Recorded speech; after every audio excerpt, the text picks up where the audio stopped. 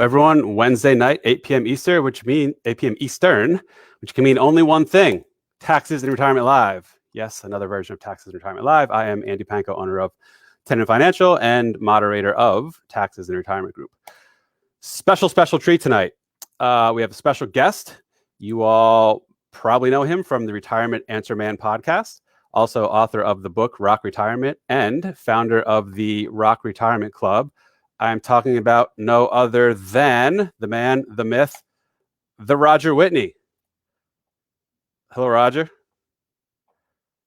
Oh, you are on mute, I believe, Roger. Oh, yeah, I had my mute on. Sorry. There we go. I am very rare on Facebook, so this is not very often does this happen. How you doing, man?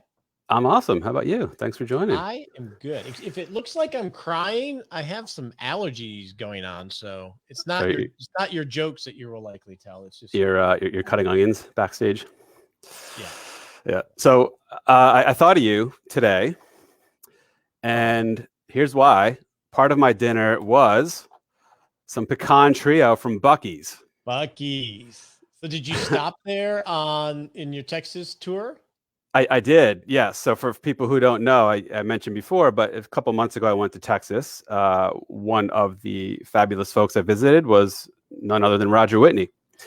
And on my way from driving from Houston up to Dallas area, stopped at a Bucky's, blew my mind. I had, no joke, the best incredible pulled pork brisket sandwich I ever had from a gas station, not just anywhere, but coincidentally from a gas station, and got those pecans. Yeah, it's like, I'm trying to figure out how to describe it for those of you not in the South, but it's like a upscale Walmart gas station. Is that a good description? With pulled pork sandwiches, like freshly made pulled pork sandwiches. Yeah, I mean, they have really good food and everything is Bucky labeled. So they have basically almost all private brands. And when you came up to Dallas, we actually ate at a sort of haughty-toddy restaurant. Yep. So I'm curious, I bet you the food was just as good at Bucky's. Very different. Yes. I mean, I guess I probably should have gotten a pulled pork sandwich or brisket sandwich at that place to compare and contrast to Bucky's. But yeah, so if you're ever in Texas, you'll see signs hundreds of miles before you get to one. They're worth checking out. They're funny. They're very funny.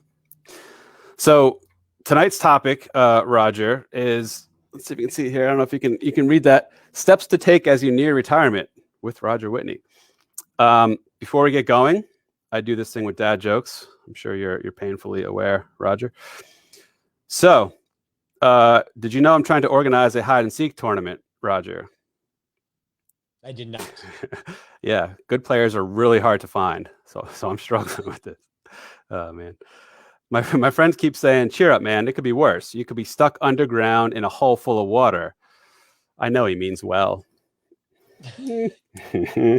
And finally, my wife just stopped and said, "You weren't even listening, were you?" I thought, that's a pretty weird way to start a conversation.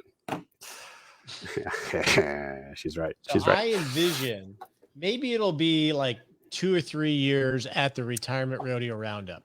We're going to have a karaoke night, but you're going to go up, and instead of singing, you're just going to do a whole set of dad jokes. Is this thing on? Yeah. That'll be awesome. Tip your waitress, try the veal. All right. Before we get going, this video is only general explanations and education. It is not specific tax, legal, investment advice. Before considering acting on anything you see in this video, first consult with your tax, legal, or investment advisor, which neither Roger nor I am. We are just two fellows here tonight slinging some helpful hints and education, as Roger says, on this Facebook Live. So I see comments are working very good. So for everyone watching at home, feel free to drop in your questions or your comments below the post. I will pull them up on screen here. Mary Sherwin, yum. I guess she's been to Bucky's and or likes pulled pork. Either way. But yeah, feel free to don't hesitate to drop in your questions, and I will pull them up for myself or Roger to answer. All right. So Roger. Retirement, some may say it's a relatively large stage in people's life. Yeah. A little bit. What I have found interesting is the people that are most prepared to really rock retirement from a financial perspective are often the people that don't know how to do it. Hmm. They don't know how to do it. I think of it, you think of a bodybuilder, and if they go in and all they do is work out their chest for decades, they're going to be really developed, their pectoral muscles. And that's like people that are really good at saving and investing, right? Hmm. They're really good at denying themselves, watching their dollars, putting the money to work, embracing as much investment risk as they can, and seeing their dollars grow over time. And they've been doing it for decades. Hmm. So they're like a bodybuilder that has these huge muscles up top. But when you get to retirement, within 5 years, you start to get excited about leaving full-time work. But when you get right there at the edge, you start to get worried because now you're supposed to do squats and you've never worked out your legs. You've never worked out how to harvest all of this stuff that you've created. So it's, you're not balanced. You're really good at one Right. thing, and that thing isn't going to serve you for that next phase of life. And I think that's the way I think of how you should, what you're dealing with here. Yeah. Yeah, that makes a lot of sense. I never heard that analogy, but I like it. And there are a lot of people who don't work out their legs ever at the gym. I've literally never used that one before. I just made it up here. That's good. I think Your it analogy illustrates games. the point of what we're talking about. Yeah. So, to kind of sum up, it's, I guess, the accumulation people are used to: just save, invest, cut expenses, deny, et cetera. You approach retirement, and saving and investing isn't the name of the game anymore, right? It's the exact opposite. So, and what happens right after you retire, you're supposed to do what? You're supposed to, sure, you're still investing, but you're not growing your assets, at least through contributions typically, right? Yeah. And not only that, you're supposed to start spending your money, right? You've had these expenses that you've had forever that you don't think too much about because you have the superpower of your income that just covers all of your expenses. And then when you retire, all of a sudden this superpower goes away, your income, and now you're just left with a deficit every single year for what you want to spend to create your life. That's scary to lose your income because I don't know. How old were you, Andy, when you had your first job? Do you recall? On the books. I mean, I was working Either way. 5th grade. I was working in a hot dog truck by the waterfront near my house. Yeah. And you got paid, right? And Yeah. And to you, if you're like anybody else, that money was like, whoa, you sort of had choices now. I got cash because before his mom can have $1 and all that other stuff. I mean, I remember one time when I was like 6 or 7, taking Monopoly money to the ice cream truck because I didn't have any source of income and I wanted an ice cream and my mom wouldn't give me $1. It didn't work. So, but my point is that when you earn income, it gives you power and options. And, and we've done this for years. Psychologically, that is really important. It gives us agency. And when we retire, oftentimes we lose that mechanism that makes us feel in control. And this is, so when you lose this powerful thing of earning income, not only do you lose that, but now you're supposed to go spend money and harvest it. Psychologically, that's really, really hard for people to do. Okay. So I think that's one of the things when you're coming up within 5 years of retirement to start thinking about those changes more than just simply, what brochure you're going to look like when you're on the beach and everything. Start thinking, acknowledging these changes. How do you start thinking about it's one thing, but trying to change decades worth of ingrained habit and process and perhaps some scarcity mentality or whatever? Any tips to how to actually get over that hump and start to change your mindset around it? Well, it's definitely a process, right? And a lot of times we're uncomfortable because we don't have clarity about how this is going to actually work, right? A lot of one of the most common questions I get is, how do I actually create my paycheck?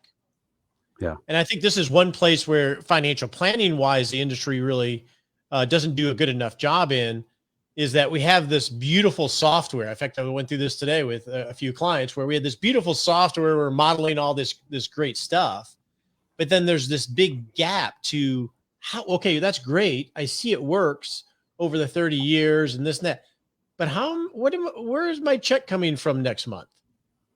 There's a big gap where they don't get that clarity. So I think one thing that you want to do when you're getting ready or moving towards retirement, say within the first 5 years, is start to put together the specifics of how it actually works.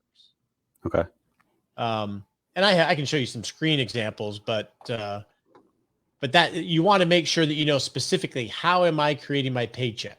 Because you want to make sure when you retire and you lose your income. I have some people where they were paid every other week. We literally set it up so they know where their money is going to come from. And we mimic the day that they always got their paycheck because they're used to that rhythm of life.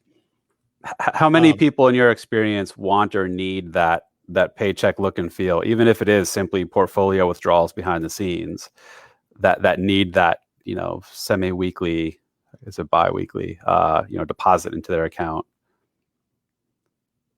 90+%. Really? It is that high? Okay. Yeah. And well, I'm just going off of my universe and, but that's how we, in my private practice, that's how we plan it. Okay. Got it. Right. Got it.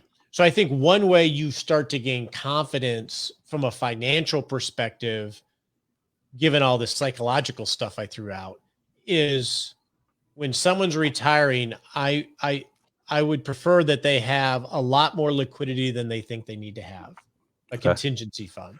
And, my corny analogy for that is, let's say you're trail running and you're on a smooth dirt trail.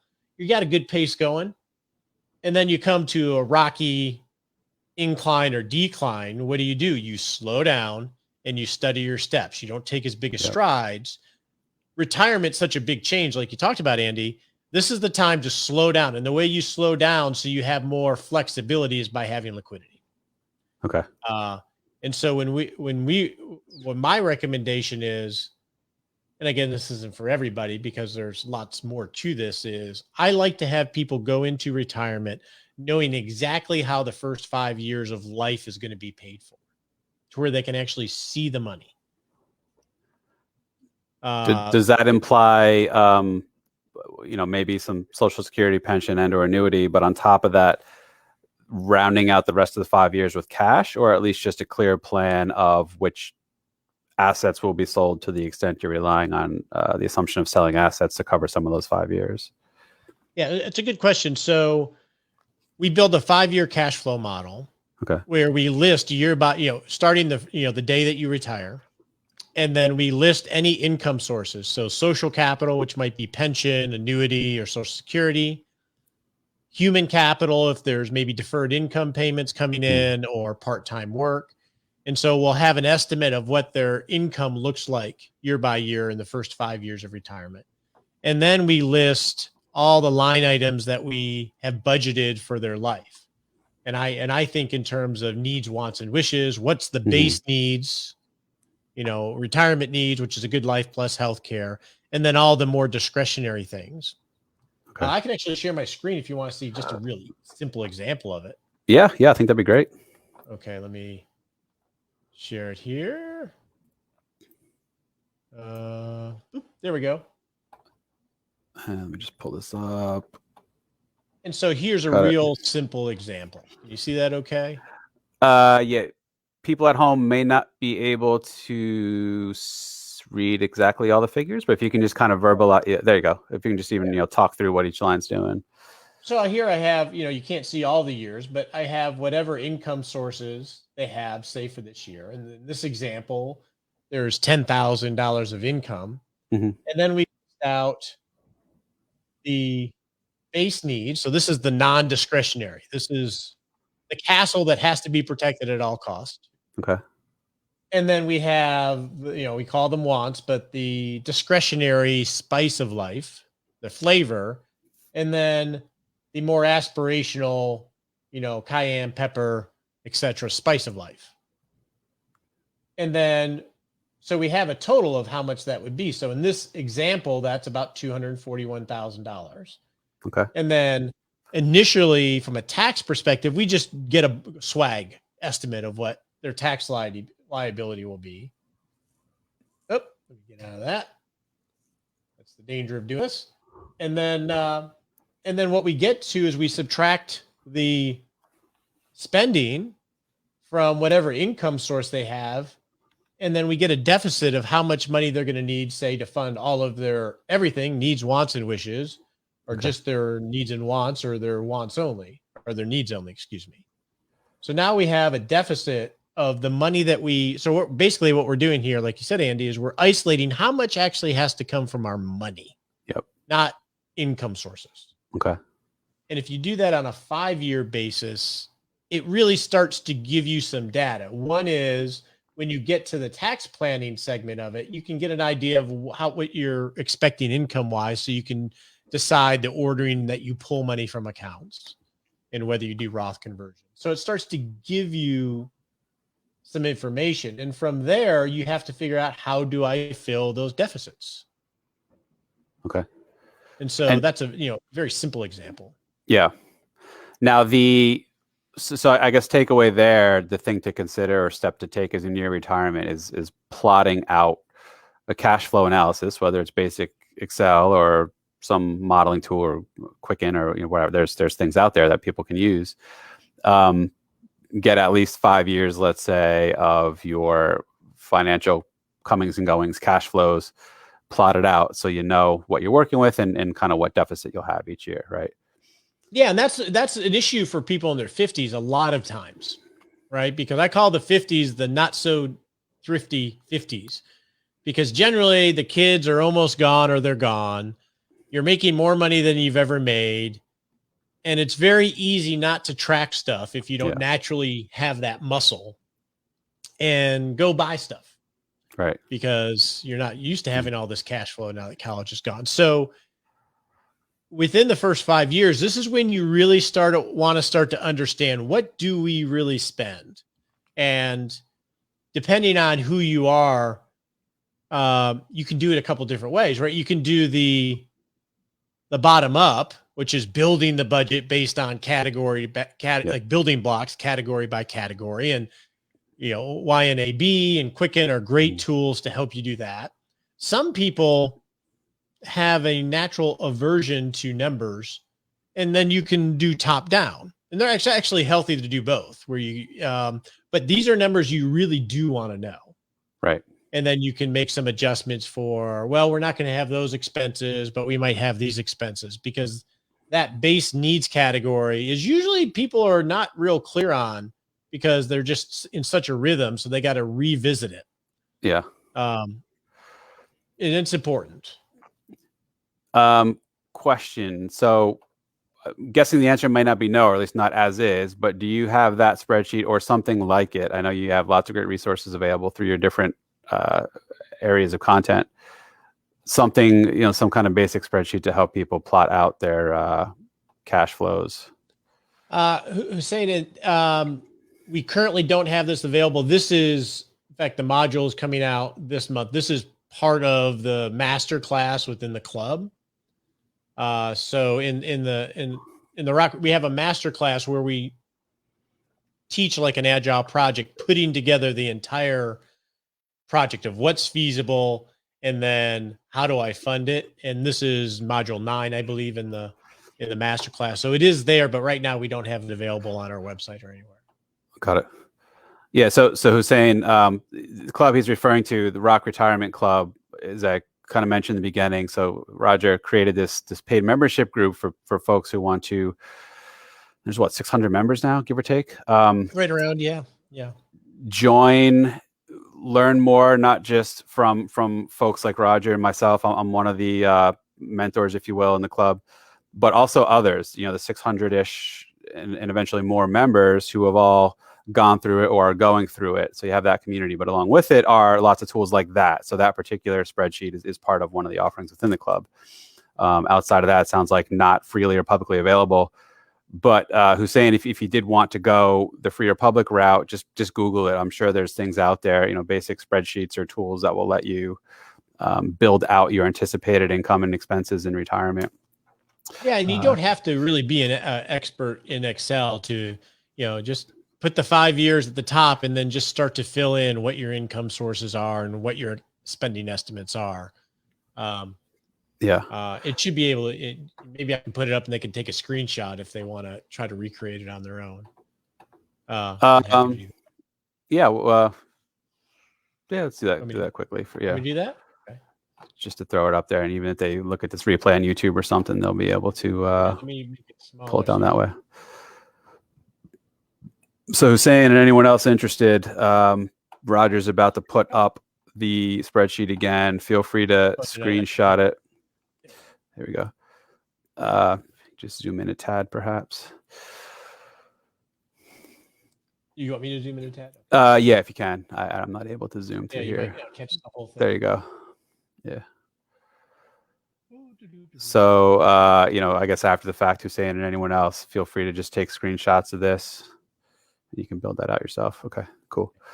And then I have that leading to other things, which is because then you figure out, okay, where do I get that? How do I fill that deficit? But I guess the point here is a lot of what you want to do from a financial perspective is understand what's feasible long-term. So you're not overspending or underspending too early. Yeah. And then you want to get to the point. So when you get ready to retirement, you have confidence because you know how you're going to pay for life, regardless of what happens in the world. So, because ideally, if you built, say, a 5-year income floor, meaning you sequestered the monies that were going to be used to fund your life in the first 5 years, you don't even have to worry about what the markets are going to do, right? Because you've already pre-funded it. And then second, and this is a big thing, I think, is you also have just built a lot of liquidity. So when you change your mind a million times after you retire, you have a lot of easy pieces to move around on the board. Because when you're trying to plan for retirement, the analogy I always use is like Shawshank Redemption. Andy Dufresne was his name, I think. Andy Dufresne. Thank you. I think you probably heard me say this before. You're trying to plan what your life is going to be on the outside, but like you said, you've been bodybuilding only one muscle. You're institutionalized in a certain way of life. So what you imagine may be very different than what you actually decide what you want your life to be. So it gives you a lot of flexibility. Yeah. And Alan brought up a good comment. You touched on this as well, Roger. It seems easier to plan retirement spending if you currently do budgeting. Yeah, right? Definitely. Yeah. And I think, I'm sure you've seen this. I've seen this with the people I work with, or anyone who asks, whether it's Facebook or anywhere else, like, how much money do I need, or when can I retire, or whatever. It really, from a financial perspective, it really all starts with, well, what do you think you're going to have to spend or want to spend? Now, obviously, projecting out 30, 40 plus years, you're not going to be able to nail this down with precision because there's going to be inflation and life changes and whatever. But without at least having as detailed as possible of a projection of what you think your expenses will be, you really have no starting point to figure out, like, what is my financial plan, right? It all starts with the expenses. Yeah. And I think, and Alan, this is one thing from a budgeting standpoint. Definitely, if you have the numbers and you've built that muscle, it helps a lot because you don't have to go backfill. The danger I have found when people are estimating expenses in retirement are a couple things. One is, they do a linear type of number of, I'm going to need $120,000 a year, right? And I'm going to retire at age 60. And so that's the number they use in all of their planning, right? So you take 120,000, you increase it by inflation over 30, 35 years. That becomes a really big number. Right. People don't spend that way. So you definitely want to break out what are I've heard the term, minimum dignity floor.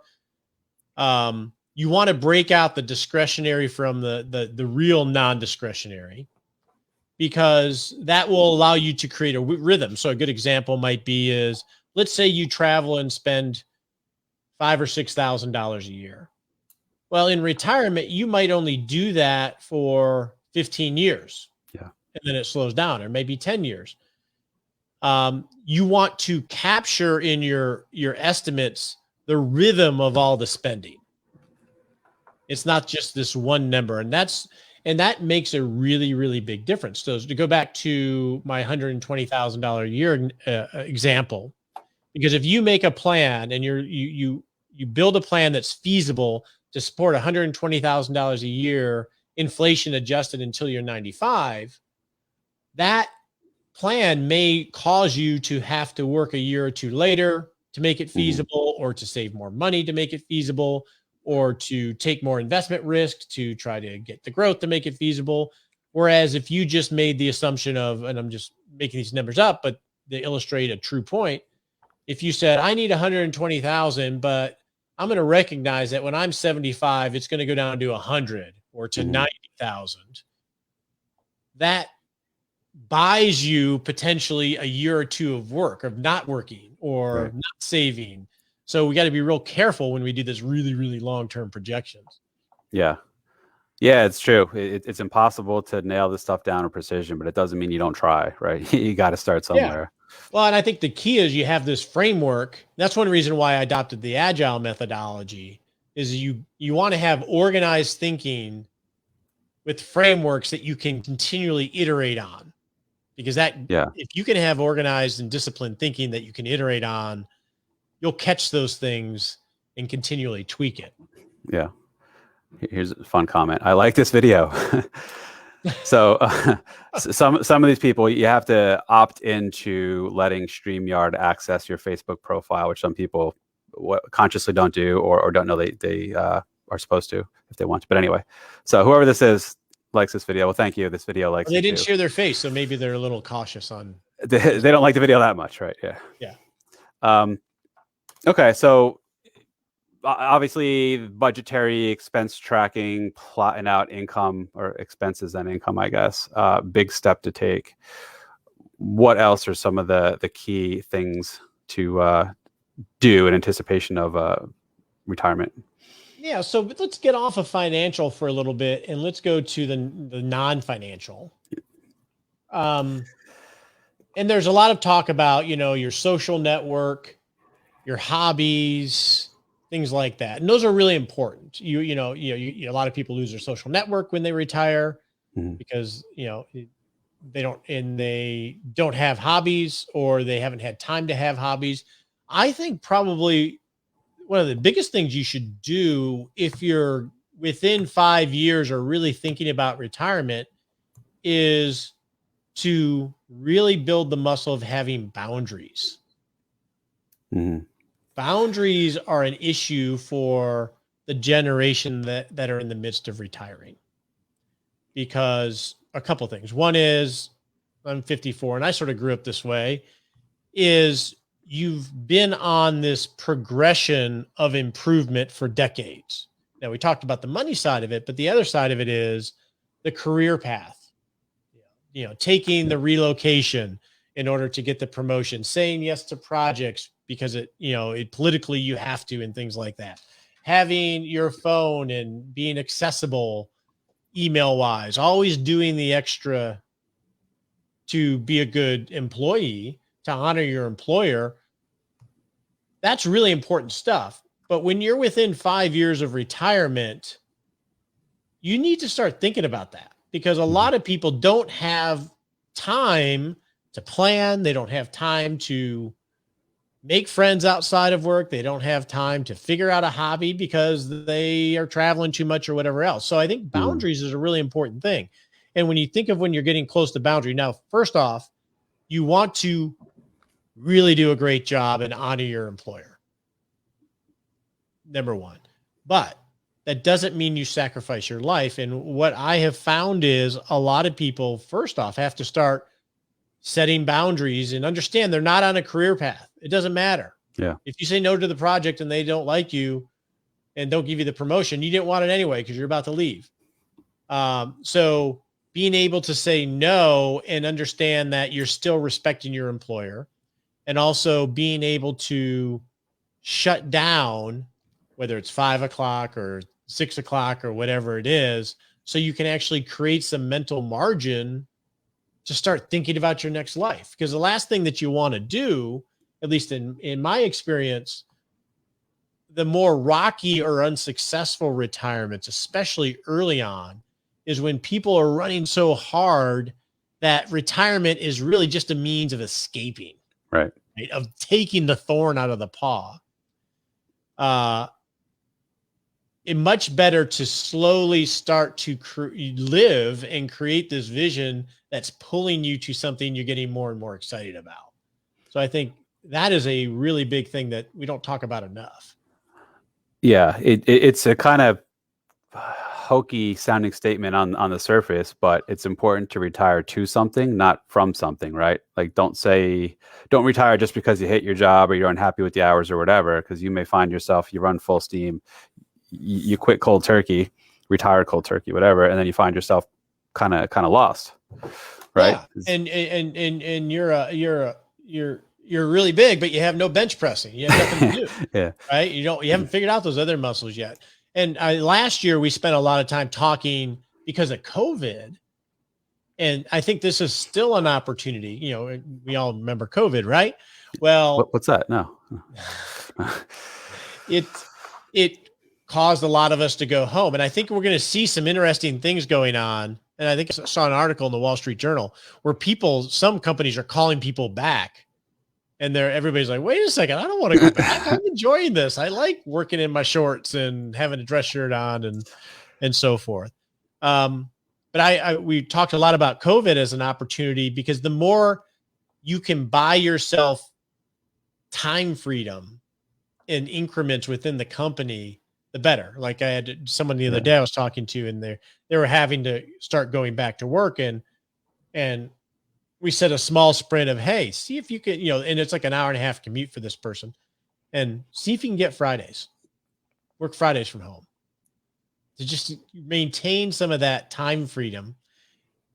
And then that's one reason I think too, that I'm a big fan. I call it pre-retirement, but the more you can negotiate to slow yourself down and work 3/4 time, half time, or consult or do something else, that really solves a lot of things. It solves, one, you're not so afraid because you're still earning some income, so you still feel like you have power. Right. But two, it's buying you more time freedom so you can go explore this other stuff. Because in every survey we do, Andy, like with the show, and we've done it for years, when we ask people to describe what it is they mean by retirement, it's generally not working. It's just, I want to control my time. I want some freedom. Right. So I think there's a lot of more nuance to this than we usually think about initially. Sure. I have some relevant comments to slap up here. Semi-retire and gradually move to full retirement. Transition your way into it, whether it's cut your hours back or do something part-time or what have you.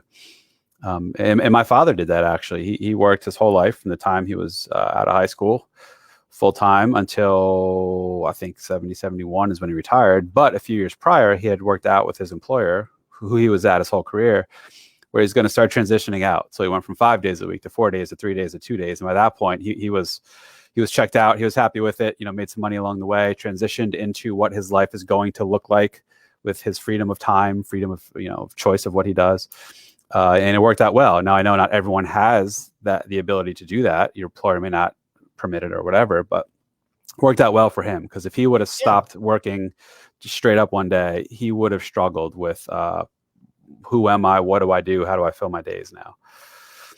And so if we acknowledge that, random Facebook user or Andy, if we acknowledge that, then and I think in project management terms, because that's how we always think, right? From an agile perspective, is, let's say you're 4 years out from retirement.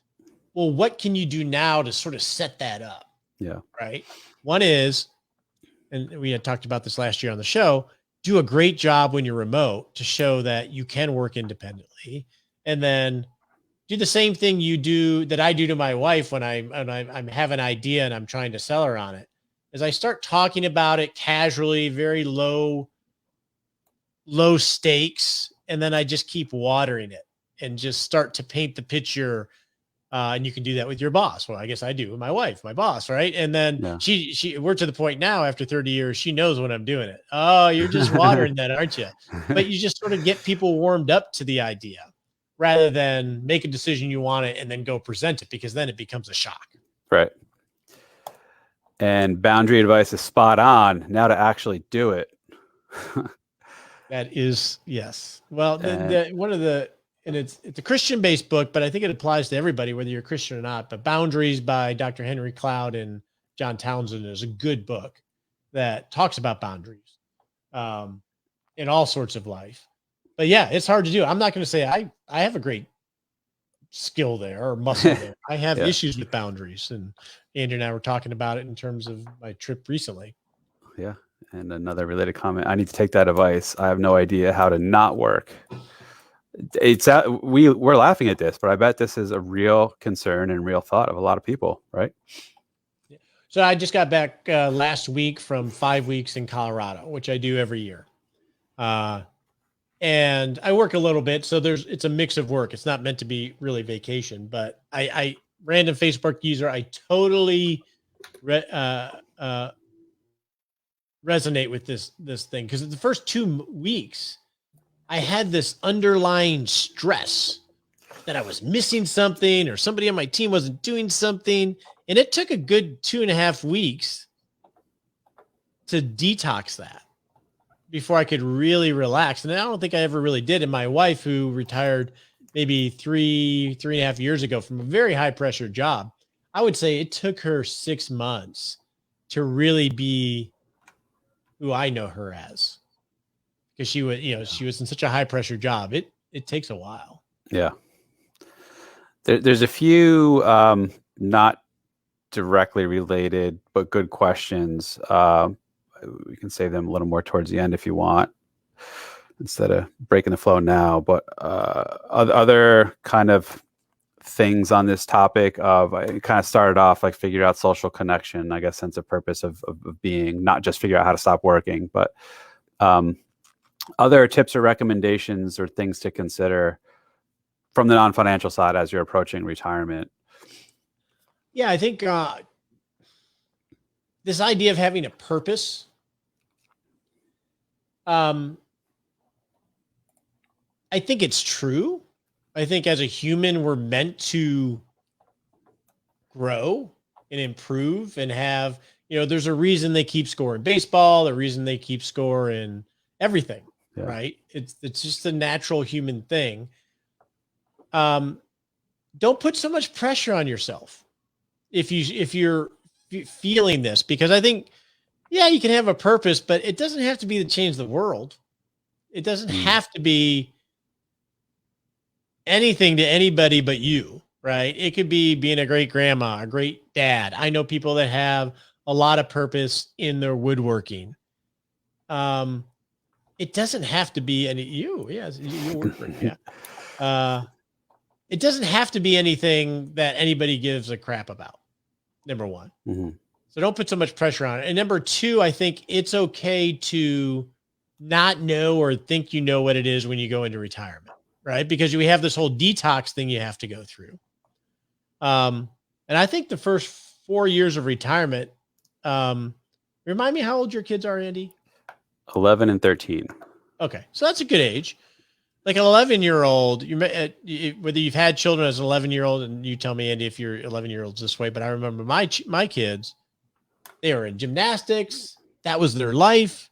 And then no more gymnastics. I'm in lacrosse. That was their life. And then buy all the equipment. No, I don't want to play lacrosse ever again. And they were experimenting, right? It was like Baskin Robbins. They wanted to try every flavor. Right. So when you're moving into retirement, this time of life freedom, this is like your chance to be in Baskin Robbins and try things. And the cool thing is you're an adult now, so you're not as much of a ding dong, and you actually have the money to pursue it in a a more thoughtful way. So think of those first 4 years and just don't worry about the whole purpose thing. Experiment your way into it and be willing to do that. And then one other thing on the social aspect of the non-financial life, Andy, is on the friends. We talk a lot about having friends outside of work, right? Because you lose your work friends, and then who do I go have a beer with, or whatever. I think that's all true, and that's actually a place I'm deficient. Like I have Andy, who is becoming a great friend, but he lives in New Jersey, and I live in Texas, right?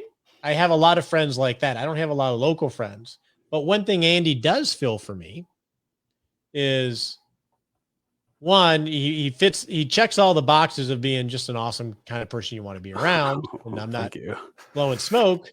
I don't say that lightly. But the other thing you check is start to make friends younger than you. And that in retirement, oftentimes what you'll see is social circles start to go like this, especially as you get older. And that can work fine, but my rabbits, the people I know in their 70s and 80s, they have vibrant social networks, and most of them are younger. Yeah. And I think that's something we don't think about naturally. Yeah, that makes a lot of sense. My wife's grandfather died at 93, I want to say, and his eyesight was pretty much gone by the time he was in his 90s, and physical, lot of frailty, but his mind sharp as a whip. And he had said that multiple times to me, is he's always hung around and associated himself with younger folks. So he thought younger, did younger things while his body permitted. That was seriously his big kind of life lesson to me, was make friends with people younger than yourself. So I guess there's some truth to that. Yeah. A good friend of mine, Dan Miller, he wrote 48 Days to the Work You Love. So he's a New York Times bestseller. And he's my rabbit because he's 40 or 73, 74. He is the most alive, curious person I know. And about 2.5, 3 years ago, we went to Cuba together, and he was like 70, 71 at the time. And he was all in.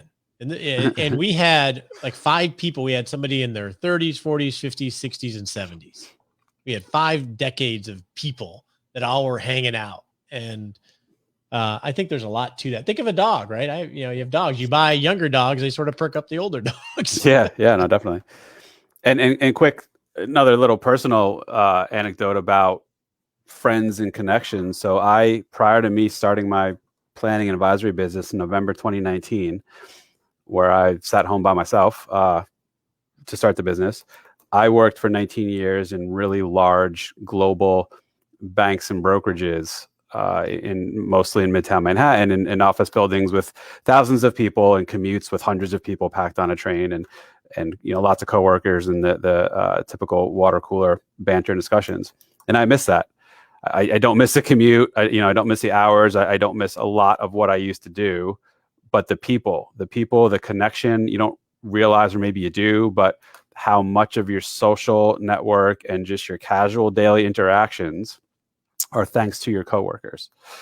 And that all went away. I still stayed in touch with some of them through email, through phone every now and again, through text, but it's not the same. So I feel your pain, Roger, with not having a lot of physical friends and connections around you.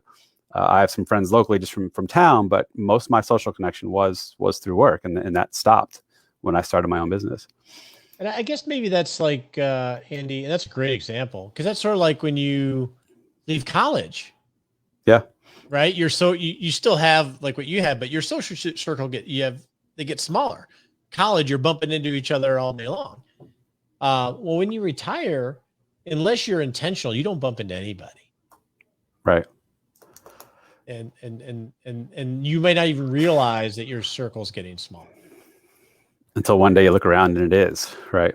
Yeah. Yeah. And loneliness, if you look at the psychological studies, loneliness in retirement is a huge issue.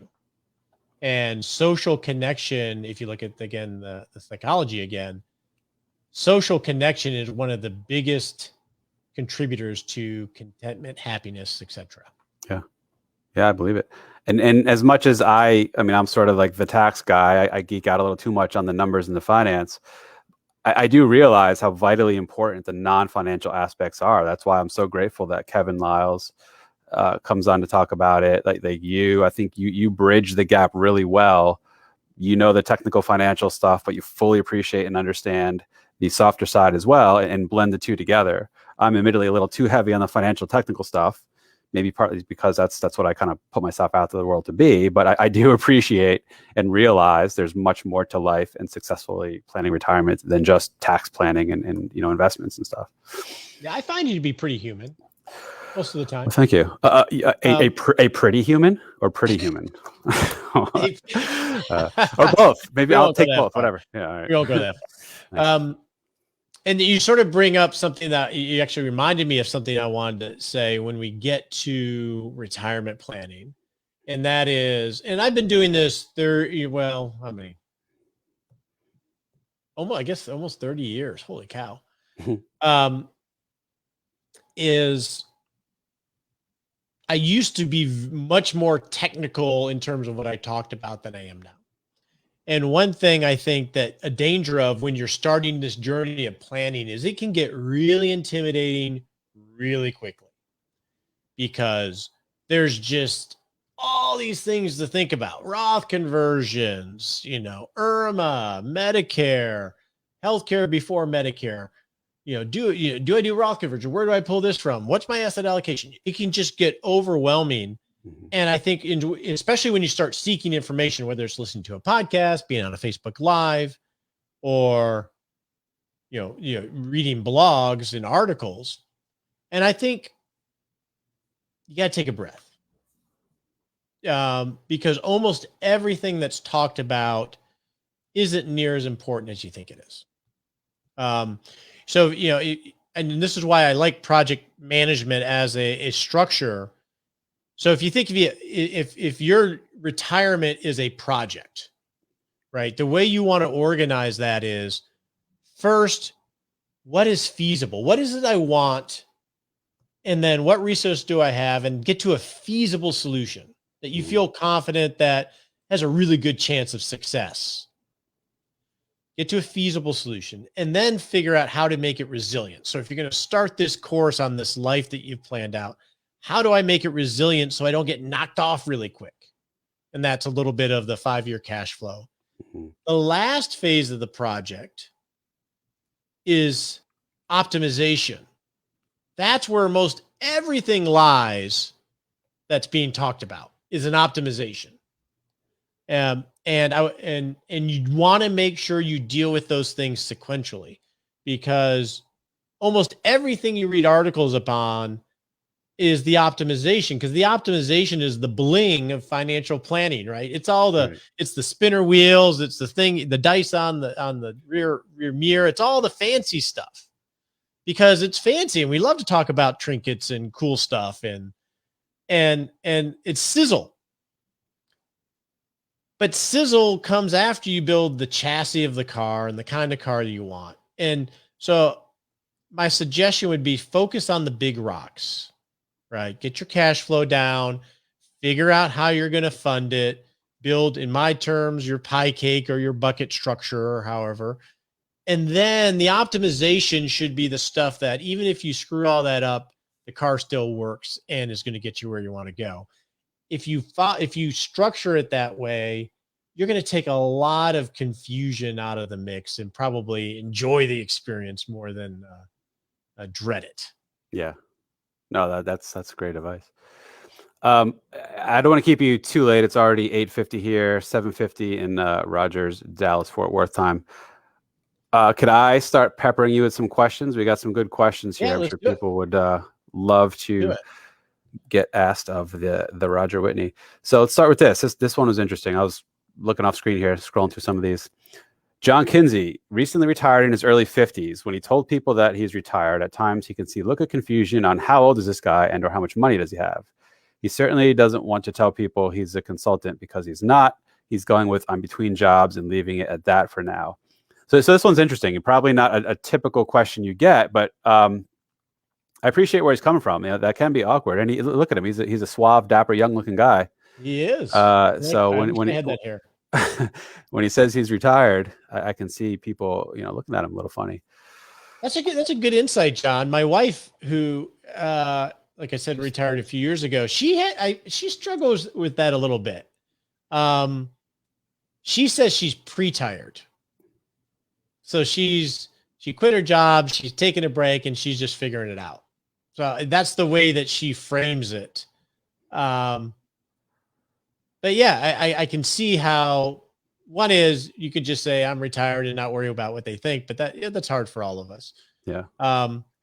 This goes a lot to which we didn't really get into, John, and that is things like identity, right? And I'm guessing probably Kevin has been on here and talked about that, but this is where you want to, part of this is separating yourself from who you are. Because the last thing you want to say is I'm a retired attorney or I'm a retired whatever. That's holding on to your old identity. Like for me, when you could say I'm a financial advisor or I'm a teacher or whatever else. I try to say, like when I get asked what I do, it's a little confusing to answer. I don't know what to say.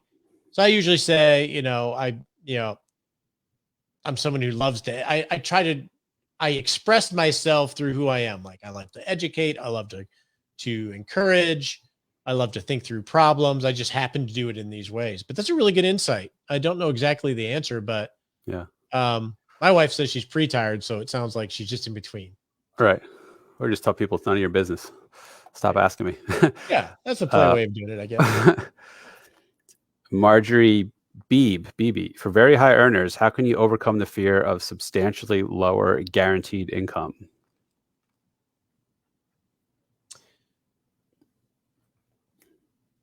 When you say the fear of substantially lower guaranteed income, that's the part I'm trying to work through here, because the guaranteed income is likely going to be Social Security, annuities, and pension, or some combination of those. Okay, Yeah. Marjorie, if you're high earners, I'm guessing you have financial assets as well.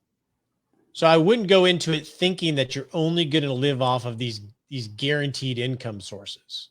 First off, guaranteed income sources, I call it social capital. It's socialized income. Make a huge difference. They actually give you a lot of resilience in your plan. So bravo if you have it. But you in my world anyway, you're likely going to be spending some or a good portion of your assets to fill the gap. And that was sort of the spreadsheet that I showed. Your guaranteed income sources are going to supplement that so you don't have to spend as much of your assets. So I think I wouldn't suggest that you live off of your lower guaranteed income unless that's what your plan is. Yeah.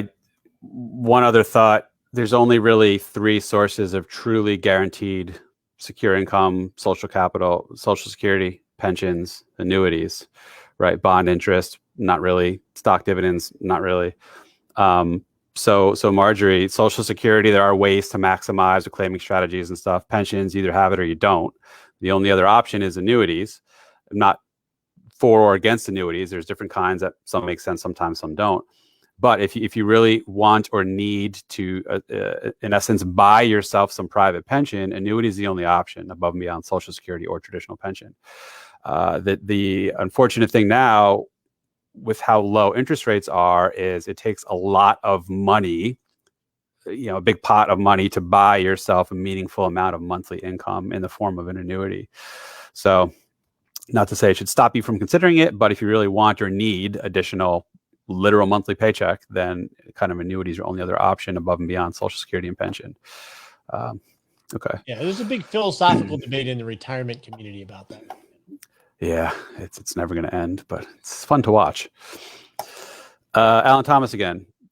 Where do you recommend keeping the 5 years of liquid funds during retirement? Without giving specific investment advice here, of course. Of course, never. Helpful hints in education. So, Alan, so you're going to keep that liquid and safe, because the school of retirement planning that I am a member of is what's called asset liability matching, right? So let's say you need $50,000 from your financial assets in 3 years. In my mind, that $50,000 is a debt, right? And if I owed somebody $50,000 in 3 years, I better make sure the money's there. So I'm not going to invest it in stocks or anything that's at risk. So in an ideal world, you're going to use a mix of things like money markets, stable value funds, if you have 401k, CDs, individual bonds that mature to match the liability. You could even throw in fixed annuities that have 3 to 4 year timelines. But those are the kinds of things that you're going to use to fund your floor. And the reason you're going to be so safe with it is because you owe this money to yourself.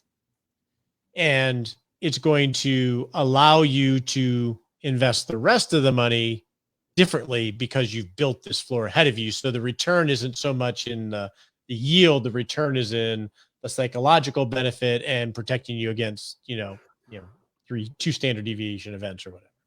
Yeah. And just for orders of magnitude, Alan, if you want truly safe stores of money that have zero risk of principal loss, you'll be lucky if you get 1.5%, maybe 2% interest over 5 years. High yield savings is 0.5%, give or take a little. CDs aren't much better, even if you go to like a 2 or 3 year CD. The only other thing would be like a multi-year guaranteed annuity. Again, not pushing annuities, but that is the other option that has slightly higher interest, but it has a pretty severe surrender penalty. So if you lock it up for 5 years, you better keep your money there for 5 years to actually realize the return. Like 3 to 4 year MIGAs, they want to call them nowadays, multi-year guaranteed annuities. Rebranding around 2.5-ish. Yeah. Okay. So not bad. The key there is to be safe. Yeah. June, this is a good one, softer side. Is it a good idea to move to your retirement destination during the maintenance stage rather than after retirement? So I guess she means, state or town you're retiring to. When do you do it? That's a really good question, June. There's a lot of layers to that. One is if you have the flexibility to, it may make sense to do that. Because although when you're retired, it's easier to get mortgages, assuming you're going to do a mortgage. I've navigated relocations in retirement pre-retirement many times. And a lot of this has to do is, do you really want to move there? Right? Because what can happen is, one scenario that I see a lot is, well, I'll use myself as an example. My wife and I go to a town called Salida, Colorado, and we go there every year. We've been doing it for a number of years. And I'm really attracted to wanting to live there. And what we've done is we've rented a house for a month or so over a number of years. Well, I just got back last week. We actually purchased just some land that we're going to build on over the next couple of years. But I was really attracted to moving there. Like in the first year I went, and I really got romanticized. So my suggestion would be, unless you're really sure you want to move there, is think of low margin ways to test places, because you can rent houses for a month at a time. You can do it during different seasons to see if you're going to be there full time. Do you like the different seasons? You can start to sort of get the vibe of the people to see if they're your kind of people before you actually spend any money to go do it. So I like to move slow on relocations unless it's really solidified that, yeah, I want to go here. So June, if you really want to go there and you have the flexibility work-wise, then I would start to put that stuff in place prior to retirement. Partly because if things go sideways, it's going to give you a lot more flexibility to deal with it because you're still working. Yeah. Whereas if you do it after the fact, you have less flexibility. And I think flexibility is very undervalued in retirement planning. Right. And I like your term agile. That really sums it up well. Even in retirement, all this is still a moving target, for better or worse. So you have to be agile with things along the way. It doesn't mean it's completely random and just make it up as it happens, but realize things will change. Yeah. Agile with organized thinking. So you just have these little conversations. Yeah. Kind of related to June's comment. I plan to Airbnb my way around until I figure out where I want to live when I grow up. I love it. I love it. I think I call that a hub and spoke, random Facebook user. Right. You have your hub where usually you're grounded, family, social wise. And then that was our plan until we really leaned into Salida of, yeah, I'll just go rent someplace and experiment. I have a client right now who's building a house in near Savannah, Georgia, actually near Hilton Head. And she was moving from a Midwest state. She experimented going to Arizona, going up north, going down to Florida. She did exactly what you're talking about, but finally landed where she really wanted to move. Yeah. No, it makes a lot of sense to do it that way. Try it out before you commit to it. All right, let's do one more if that's okay, Roger. Just follow up to Marjorie's other question. And I have thoughts on this I'll share as well, but I wanted to see your view. I view my pension very, very, very, very low, 6 figures, as a bond fund. I tend to think I can keep my thrift savings plan, traditional IRA, and brokerage as mostly in stocks. Is this reasonable? Here's the big caveat. And this is hugely important to know, Marjorie. I can live on pension alone in retirement. Go for it, Roger. So no investment advice, obviously. No advice whatsoever. So Marjorie, I get your logic there. With the pension, I don't think of it as a bond fund. I think of it as social capital. It's guaranteed income sources, like Andy had pointed out. And if it covers all of your spending, well, then you have no need for assets from your financial assets, right? Your investments. And again, I would plan it out and see that. And so then when you're looking at building, I call it a pie cake, you could call it a bucket, you're just going to have a contingency fund and then long-term assets. So I get your logic of it, but I think we're saying the same things, but we're just talking differently in terms of how we think through it. Yeah. Yeah, I agree. So I know there is a school of thought and there's academic support that says you can view Social Security or pension like a bond. I don't like that. A bond or any traditional investment implies you have options. It may be producing income, or you can take your ball and go home, sell it, do something else with it. You can't do that with a pension unless you take a lump sum initially. But, pension, Social Security, you get it until it stops. You don't have other options for it. So view your sources of income as one thing, in which I would put pensions, and then your investable, your financial capital that you can separately draw from. Now, in your scenario, Marjorie, that's a fantastic spot to be in. I've heard you and people like you referred to as unicorns in financial planning, that Social Security and or pension and or annuities more than cover your anticipated expenses. That means for the investable assets you do have, there's 2 ways you can look at it. Frankly, you don't need it, right? Unless you want or need to leave it to children, to charities, to other whomever when you pass, in which case then you need to plan how to leave however much you want to leave to them. But if your goal is just to not run out of money during your life, you can go ultra aggressive with this money, because so what if the stock market crashes and your TSP drops by half? You're still financially fine because your pension is covering everything. Or on the flip side, you don't need to be risky because you don't need to eke growth out of your portfolio. So just park it all in something super safe and stable. It's not going to grow, but you're not going to lose anything. So you have to think about what is your plan and goal now for your investable assets. Are they for you to have raging wild parties the rest of your life just because you can? Or is it to earmark for someone or something else? That then will dictate how you manage it and how risky you should or shouldn't be with how that money is invested. Make sense, Marjorie? That's well said. And this is a good place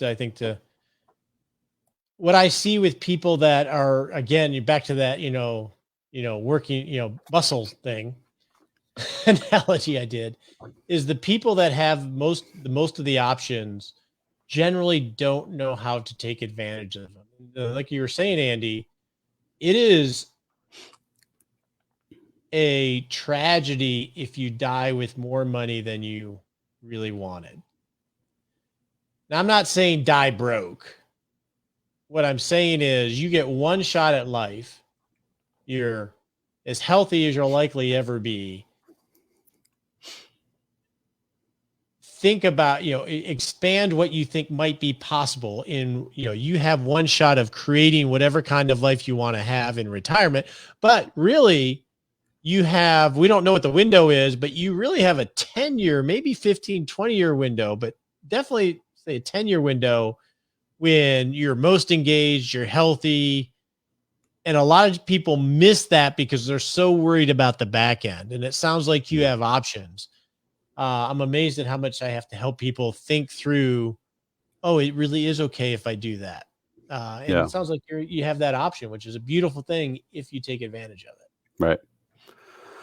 Well, great. Roger, this was awesome. I'm sure everyone appreciated it. I can see we had well over 100 sets of eyeballs watching live, which is more than normal. So you definitely draw a crowd. Very much appreciated. So where people want to find out more about your show, obviously, where can they go to The find out Retirement more? Answer Man show is sort of the home, and the Rock Retirement Club is the rest of my life, which is essentially trying to empower people through education with courses that walk you through step by step and tools to help you do it. And then a community of amazing people to walk with the wise so we all can become wise and make sure we rock retirement. But Retirement Answer Man or rockretirementclub.com. Awesome. We're getting a lot of great feedback already. Great discussion. Thank you. Great presentation. Marjorie, thank you with a whole bunch of exclamation points. Theresa Wood, Indira, John Kinsey. He was the handsome devil who retired early. Yes. Good for you, John. Anyway, yeah. All right. Well, that's it. Thank you, Roger. It was a pleasure. I definitely appreciate your time, as do all the group members here. And thanks for coming on. Y'all be well and make sure you rock retirement, okay? Yes. All right. Take care.